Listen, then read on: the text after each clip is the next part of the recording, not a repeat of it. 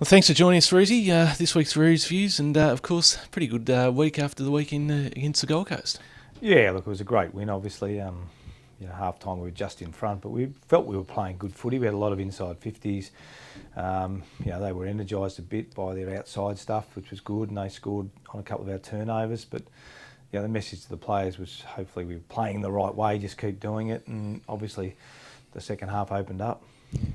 Big challenge this weekend against the Doggies at the G. How do you sort of see this one shaping up? Yeah, absolutely. We're looking forward to it. They're a really good young team.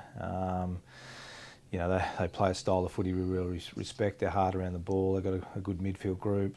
Their defence rebounds really well, and they generally go into a pretty sort of exciting forward line. So that's why they're 5-2, and that's why they played in the finals last year. So look, it's a great opportunity for us to sort of gauge how far we have come. Yeah. How have you seen them evolve, I guess, from when Brendan was there, laying the foundations to what Luke's done since? Yeah, they're probably in year terms, a year and a half, 2 years ahead of us, given Macca was there for 3, Luke's been there for, so that's 4 years. So we've been involved in this process for a couple, and we're obviously aware of what Macca did because he's here with us now, and I sort of watched them evolve. I mean, we played a lot of teams after the Bulldogs in the first couple of years. So I remember watching a lot of the Bulldogs under Macca, and so what he tried to create there, the flow-on effect now with Luke coming in, really adding the offensive stuff is similar to what we're trying to do here. So, look, we'll find out a lot about our team and how much we've improved. Yeah. Plenty of young talent that they've got, which is really exciting for the Dogs. Who really stands out to you that's, I guess, one to watch out for? Yeah, I think it's probably... the Bontempelli, Libber, Wallace, Stringer, McRae, they get all the publicity. But, if you look at guys like Caleb Daniel, who's come into the team and played a really significant role for them. Stevens has been good coming across from another footy club. So I think they've become a system-based team. And when you become a system-based team, they're less reliant on personnel. We all know that Johansson and Murphy are out of the team. But they're a real system-based team. They've got some really good depth of young talent.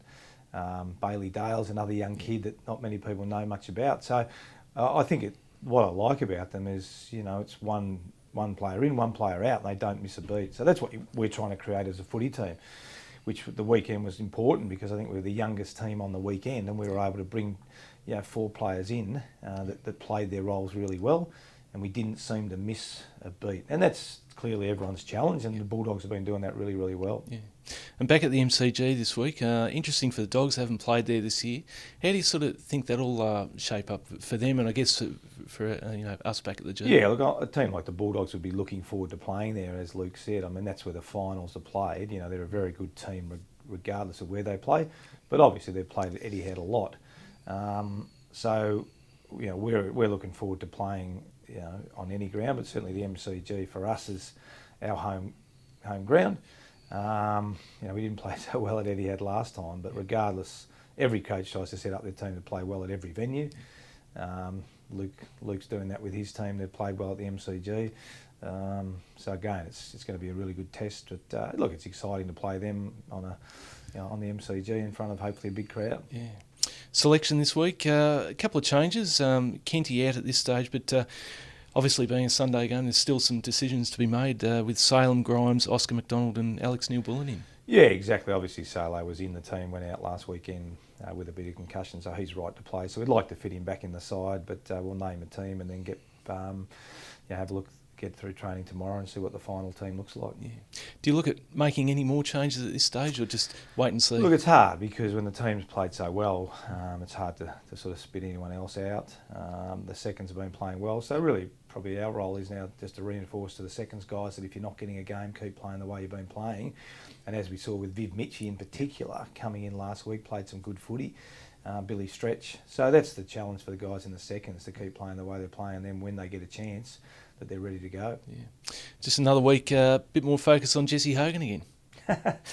Yeah, no, look, Jesse understands. We understand as a footy club there's real interest, but the reality is he's contracted to the end of next year. It's not like he's out of contract this year. We're really comfortable with Jesse. His form's been really good, and I think that's a result of us putting talks off and just relying and letting him focus on his football. I think Jesse also understands, and his management, he's going to get well paid wherever he gets, and we're trying to assemble a team that can win a premiership at some point. So, the 15 million over 10, and I think Brown even said, look, it's not going to be something that Melbourne pay, but to pull him out of a team I'm not sure teams can afford that much money. But look, Jesse's going to be well paid, and so he should be. Yeah. All right, mate. Great catching up as always, and best luck against the Dogs. Thanks, mate.